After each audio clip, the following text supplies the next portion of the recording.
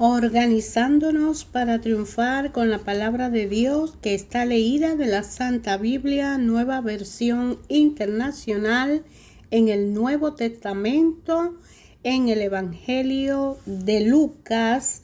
Continuamos estudiando desde el capítulo 10 en adelante. Así dice la palabra del Señor. Jesús envía a los 72. Después de esto, el Señor escogió otros 72 para enviarlo de dos en dos delante de él a todo pueblo y lugar a donde él pensaba ir.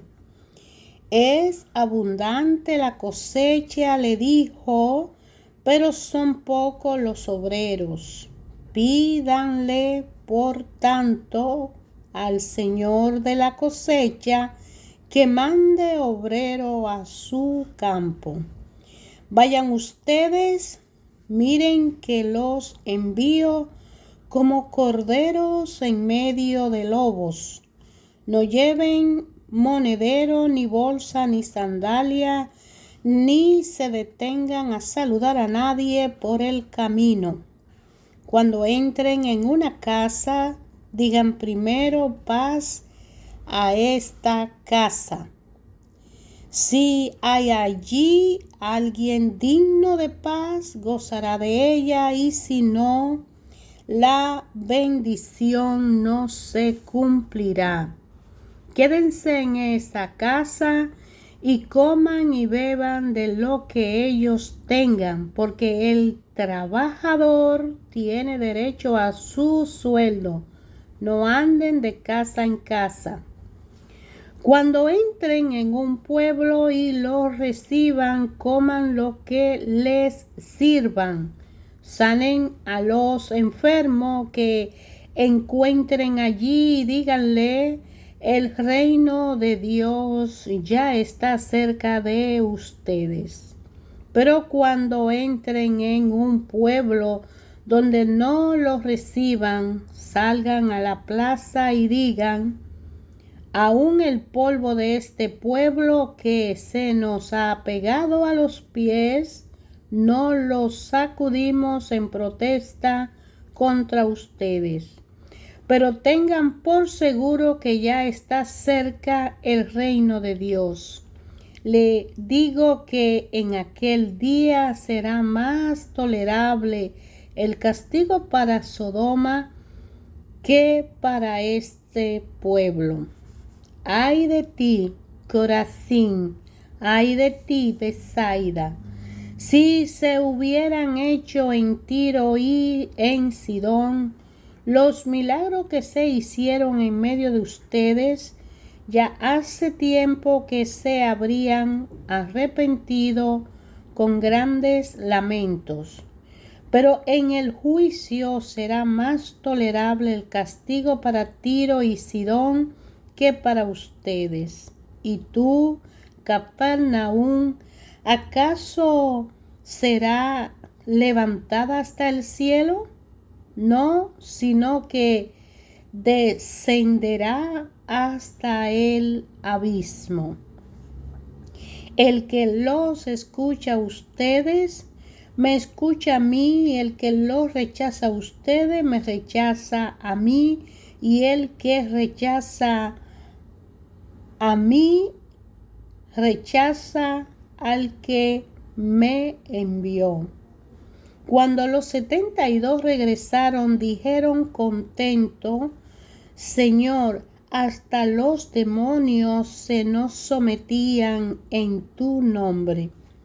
Yo veía a Satanás caer del cielo como un rayo, respondió él. Sí, le he dado autoridad a ustedes para pisotear serpientes y escorpiones y vencer todo el poder del enemigo. Nada les podrá hacer daño. Sin embargo, no se alegren de que pueda someter a los espíritus, sino alégrense de que sus nombres están escritos en el cielo. En aquel momento Jesús, lleno de alegría por el Espíritu Santo, dijo: Te alabo, Padre, Señor del cielo y de la tierra, porque habiendo escondido estas cosas de los sabios e instruido, se las has revelado a los que son como niños. Sí, Padre, porque esa fue tu buena voluntad. Mi Padre me ha entregado todas las cosas. Nadie sabe quién es el Hijo sino el Padre, y nadie sabe quién es el Padre sino el Hijo, y aquel a quien el Hijo quiera revelárselos. Volviéndose a sus discípulos, les dijo aparte: Dichosos los ojos que ven lo que ustedes ven. Les digo que muchos profetas y reyes quisieron ver lo que ustedes ven, pero no lo vieron, y oír lo que ustedes oyen, pero no lo oyeron. En esto se presentó un experto en la ley y, para poner a prueba a Jesús, le hizo esta pregunta: Maestro, ¿qué tengo que hacer para heredar la vida eterna? Jesús replicó: ¿Qué está escrito en la ley? ¿Cómo la interpretas tú?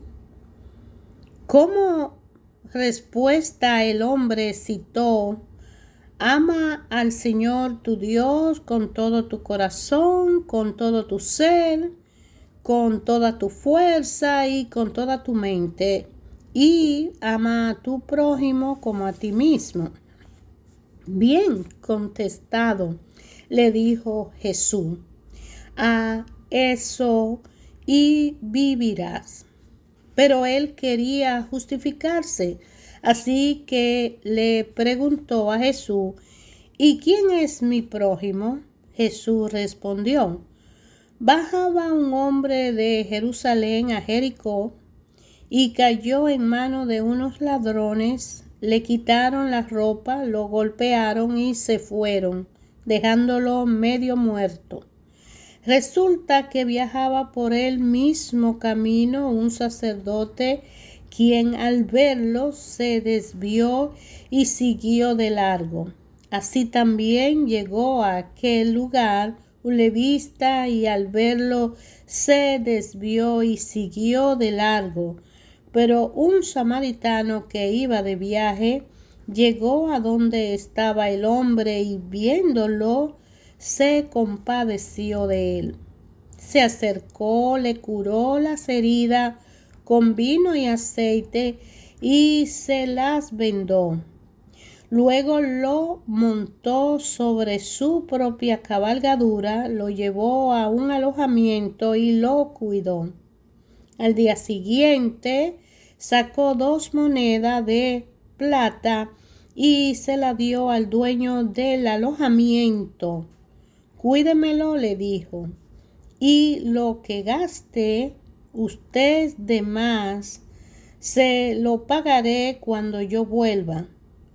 ¿Cuál de estos 3 piensa que demostró ser el prójimo del que cayó en manos de los ladrones? El que se compadeció de él, contestó el experto en la ley. Anda entonces y haz tú lo mismo, concluyó Jesús. Mientras iba de camino con sus discípulos, Jesús entró en una aldea y una mujer llamada Marta lo recibió en su casa. Tenía ella una hermana llamada María que, sentada a los pies del Señor, escuchaba lo que él decía. Marta, por su parte, se sentía abrumada porque tenía mucho que hacer, así que se acercó a él y le dijo: Señor, ¿no te importa que mi hermana me haya dejado sirviendo sola? Dile que me ayude. Marta, Marta, le contestó Jesús, está inquieta y preocupada por muchas cosas, pero solo una es necesaria. María ha escogido la mejor y nadie se la quitará. Un día estaba Jesús orando en cierto lugar. Cuando terminó, le dijo uno de sus discípulos: Señor, enséñanos a orar, así como Juan enseñó a sus discípulos. Él le dijo: cuando oren, digan: Padre, santificado sea tu nombre, venga tu reino, danos cada día nuestro pan cotidiano, perdónanos nuestros pecados, porque también nosotros perdonamos a todos los que nos ofenden, y no nos meta en tentación. Supongamos, continuó, que uno de ustedes tiene un amigo y a medianoche va y le dice: Amigo, préstame 3 panes, pues se me ha presentado un amigo recién llegado de viaje y no tengo nada que ofrecerle.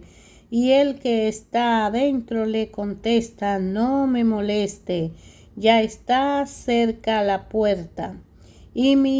Ya está cerrada la puerta y mi hijo y yo estamos acostados. No puedo levantarme a darte nada. Le digo que aunque no se levante a darle pan por ser amigo suyo, si se levantara por su impertinencia, y le dará cuanto necesite. Así que yo les digo: pidan y se les dará, busquen y encontrarán, llamen y se le abrirá la puerta, porque todo el que pide recibe, el que busca encuentra, y al que llama se le abre. ¿Quién de ustedes, que sea padre, si su hijo le pide un pescado, le dará en cambio una serpiente? ¿O si le pide un huevo, le dará un escorpión? Pues si ustedes, aun siendo malos, saben dar cosas buenas a sus hijos, cuanto más el Padre Celestial dará el Espíritu Santo a quienes se lo pidan. En otra ocasión, Jesús expulsaba de un hombre a un demonio que lo había dejado mudo. Cuando salió el demonio, el mudo habló y la gente se quedó asombrada. Pero algunos dijeron: ese expulsa a los demonios por medio de Beelzebú, príncipe de los demonios. Otro, para ponerlo a prueba, le pedían una señal del cielo. Como él conocía sus pensamientos, le dijo: todo reino dividido contra sí mismo quedará asolado, y una casa dividida contra sí misma se derrumbará. Por tanto, si Satanás está dividido contra sí mismo, ¿cómo puede mantenerse en pie su reino? Lo pregunto porque ustedes dicen que yo expulso a los demonios por medio de Beelzebú. Ahora bien, si yo expulso a los demonios por medio de Beelzebú, los seguidores de ustedes, ¿por medio de quién lo expulsan? Por eso ellos mismos lo juzgarán a ustedes. Pero si expulso a los demonios con el poder de Dios, eso significa que ha llegado a ustedes el reino de Dios. Cuando un hombre fuerte y bien armado cuida su hacienda, sus bienes están seguros. Pero si lo ataca otro más fuerte que él y lo vence, le quita las armas en que confiaba y reparte el botín. El que no está de mi parte está contra mí, y el que conmigo no recoge esparce. Cuando un espíritu maligno sale de una persona, va por lugares áridos buscando un descanso, y al no encontrarlo dice: volveré a mi casa de donde salí. Cuando llega, la encuentra barrida y arreglada. Luego va y trae otros 7 espíritus más malvados que él, y entran a vivir allí. Así que el estado final de aquella persona resulta peor que el inicial. Mientras Jesús decía estas cosas, una mujer de entre las multitudes clamó: dichosa la mujer que te dio a luz y te amamantó. Dichoso más bien, contestó Jesús, lo que oyen la palabra de Dios y la obedecen. Como crecía la multitud, Jesús se puso a decirle: esta es una generación malvada. Pide una señal milagrosa, pero no se le dará más señal que la de Jonás. Así como Jonás fue una señal para los habitantes de Nínive, también lo será el Hijo del Hombre para esta generación. La reina del sur se levantará en el día del juicio y condenará a esta gente, porque ella vino desde los confines de la tierra para escuchar la sabiduría de Salomón. Y aquí tienen ustedes a uno más grande que Salomón. Los ninivitas se levantarán en el día del juicio y condenarán a esta generación, porque ellos se arrepintieron al escuchar la predicación de Jonás, y aquí tienen ustedes a uno más grande que Jonás. Nadie enciende una lámpara para luego ponerla en un lugar escondido o cubrirla con un cajón, sino que para ponerla en una repisa, a fin de que los que entren tengan luz. Tus ojos son la lámpara de tu cuerpo. Si tu visión es clara, todo tu ser disfrutará de la luz. Pero si está nublada, todo tu ser estará en oscuridad. Asegúrate de que la luz que cree tener no sea oscura. Por tanto, si todo tu ser disfruta de la luz, sin que ninguna parte quede en oscuridad, estará completamente iluminado, como cuando una lámpara te alumbra con su luz. Cuando Jesús terminó de hablar, un fariseo lo invitó a comer con él. Así que entró en la casa y se sentó a la mesa. Pero el fariseo sorprendió al ver que Jesús no había cumplido con el rito de lavarse antes de comer. Resulta que ustedes los fariseos, le dijo el Señor, limpian el vaso y el plato por afuera, pero por dentro están ustedes llenos de codicia y de maldad. Necios, ¿acaso el que hizo lo de afuera no hizo también lo de adentro? Den más bien a los pobres de los que está adentro, y así todo quedará limpio para ustedes. Ay de ustedes, fariseos, que dan la 10ª parte de la menta, de la ruda y de toda clase de legumbre, pero descuidan la justicia y el amor de Dios. Debía haber practicado esto sin dejar de hacer aquello. Ay de ustedes, fariseos, que se mueren por los primeros puestos en la sinagoga y los saludos en las plazas. Ay de ustedes que son como tumbas sin lápida sobre la que andan la gente sin darse cuenta.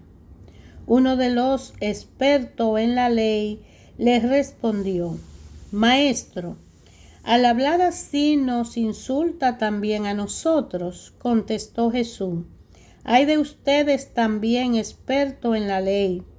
Abruman a los demás con cargas que apenas se pueden soportar, pero ustedes mismos no levantan ni un dedo para ayudarlos. Ay de ustedes que construyen monumentos para los profetas, a quienes los antepasados de ustedes mataron.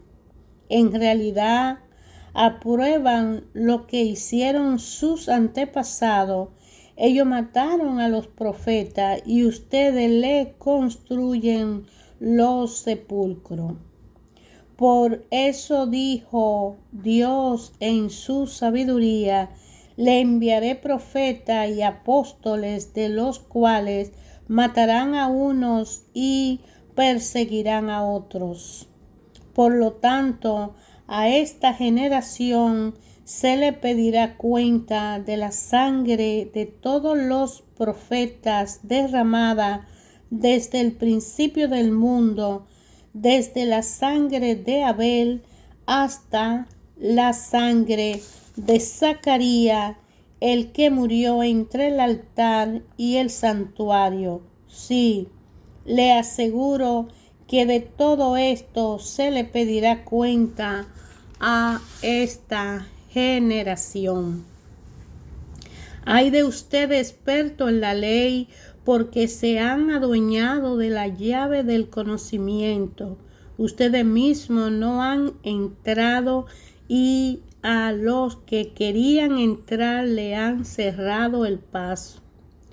Cuando Jesús salió de allí, los maestros de la ley y los fariseos, resentidos, se pusieron a acosarlo a pregunta. Estaban tendiéndole trampa para ver si fallaba en algo. Mientras tanto, se habían reunido millares de personas, tantas que se atropellaban unas a otras. Jesús comenzó a hablar, dirigiéndose primero a sus discípulos: Cuídense de la levadura de los fariseos, o sea, de la hipocresía. No hay nada encubierto que no llegue a revelarse, ni nada escondido que no llegue a conocerse. Así que todo lo que ustedes han dicho en la oscuridad se dará a conocer a plena luz, y lo que han susurrado a puerta cerrada se proclamará desde la azotea. A ustedes, mis amigos, les digo que no teman a los que matan el cuerpo, pero después no pueden hacer más. Les voy a enseñar más bien a quién deben temer. Teman al que, después de dar muerte, tiene poder para echarlo al infierno. Sí, le aseguro que a él deben temerle. No se venden 5 gorriones por 2 moneditas. Sin embargo, Dios no se olvida de ninguno de ellos. Asimismo sucede con ustedes. Aún los cabellos de su cabeza están contados. No tengan miedo, ustedes valen más que muchos gorriones. Le aseguro que a cualquiera que se reconozca delante de la gente, también el Hijo del Hombre lo reconocerá delante de los ángeles de Dios. Pero al que me desconozca delante de la gente, se le desconocerá delante de los ángeles de Dios. Y todo el que pronuncie alguna palabra contra el Hijo del Hombre será perdonado, pero el que blasfeme contra el Espíritu Santo no tendrá perdón. Cuando los hagan comparecer ante la sinagoga, los gobernantes y las autoridades, no se preocupen de cómo van a defenderse o de qué van a decir, porque en ese momento el Espíritu Santo le enseñará lo que deben responder. Uno de entre la multitud le pidió: Maestro, dile a mi hermano que comparta la hacienda conmigo. Hombre, replicó Jesús, ¿quién me nombró a mí juez o árbitro entre ustedes? Tengan cuidado, advirtió a la gente. Absténganse de toda avaricia. La vida de una persona no depende de la abundancia de sus bienes. Usted les contó esta palabra. Entonces le contó estas parábolas. El terreno de un hombre rico le produjo una buena cosecha. Así que se puso a pensar: ¿qué voy a hacer? No tengo dónde almacenar mi cosecha. Por fin dijo: ya sé lo que voy a hacer.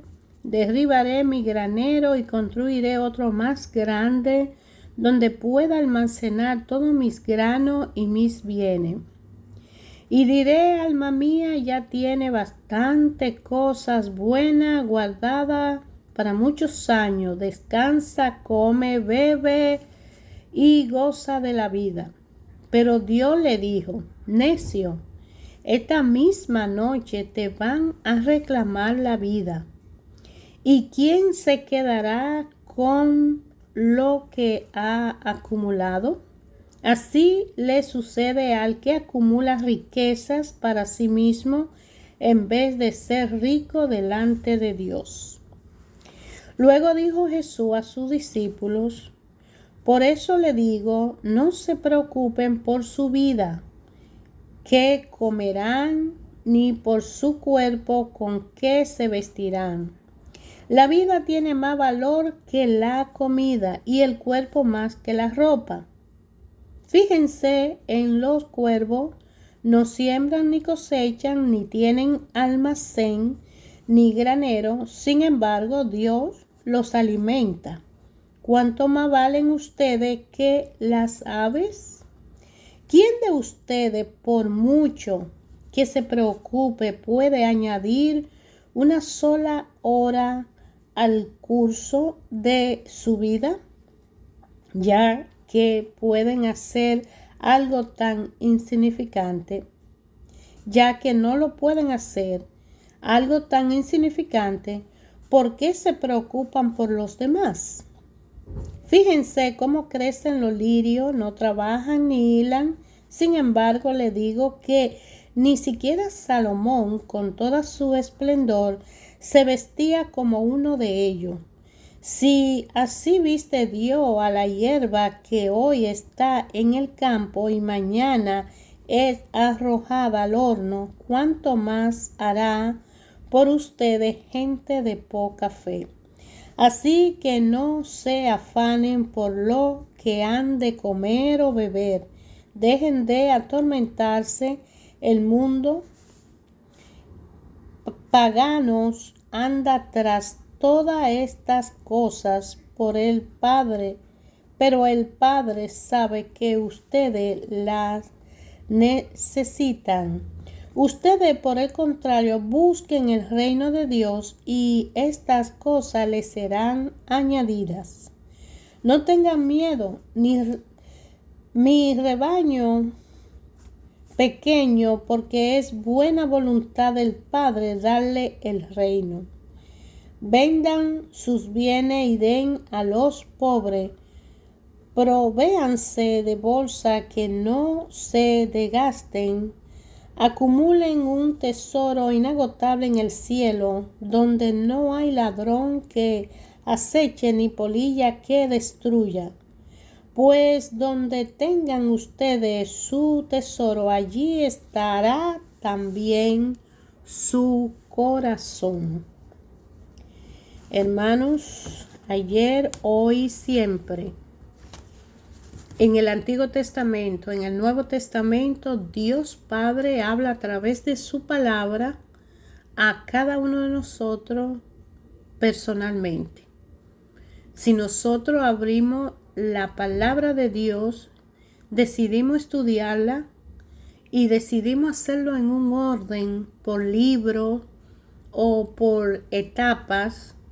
Si decidimos estudiar el Antiguo Testamento y nos vamos desde Génesis y terminamos con los Salmos, entonces a través de esa lectura por capítulo y versículos que nos permita asimilar el concepto de lo que hemos leído, analizar el conocimiento que se nos ha dado, con la ayuda del Espíritu Santo, que sin antes invocar al Espíritu Santo no podemos leer la palabra porque no la vamos a entender por nosotros mismos y la vamos a ver como una lectura histórica o una lectura cronológica. Pero en el sentido espiritual, solo el Espíritu Santo viene a identificar esa palabra, ese mensaje, esa lectura de ese libro y ese capítulo con la vida propia de nosotros. ¿Qué haría Jesús si tuviera en mi lugar y lee esta palabra? ¿Qué significa esta palabra en la vida que estoy viviendo, en la etapa que me está tocando hacer, en las situaciones y condiciones que estoy tratando de fluir? ¿Qué significa este mensaje que hoy yo leo? Es muy diferente al que ayer leí y muy diferente al que voy a leer mañana. Cada capítulo, cada versículo, cada libro, cada etapa y cada historia que nosotros leamos en el libro de la Biblia, que ha sido traducido en diferentes idiomas, de acuerdo a la cultura, al lenguaje y a los países y naciones, para ayudar a entender el estudio bíblico en una forma cronológica y una forma de ciencia histórica. En la ciencia espiritual, el que acepta al Señor Jesús como su Señor y Salvador y le sigue a Él, es necesario que diariamente tenga una dosis de vitamina en la palabra. Para conocer a Jesús, el Nuevo Testamento es la manera más rápida de saber quién era Él y qué hizo y por qué hizo lo que Él hizo. Y el Antiguo Testamento nos enseña que desde el inicio Jesús ha estado presente en la vida de las naciones. Hemos leído esta palabra de Dios en la Santa Biblia, Nueva Versión Internacional, en el Nuevo Testamento del Evangelio de Lucas. Te invito a descubrir en tu corazón qué te dice a ti la palabra de Dios cuando tú la lees.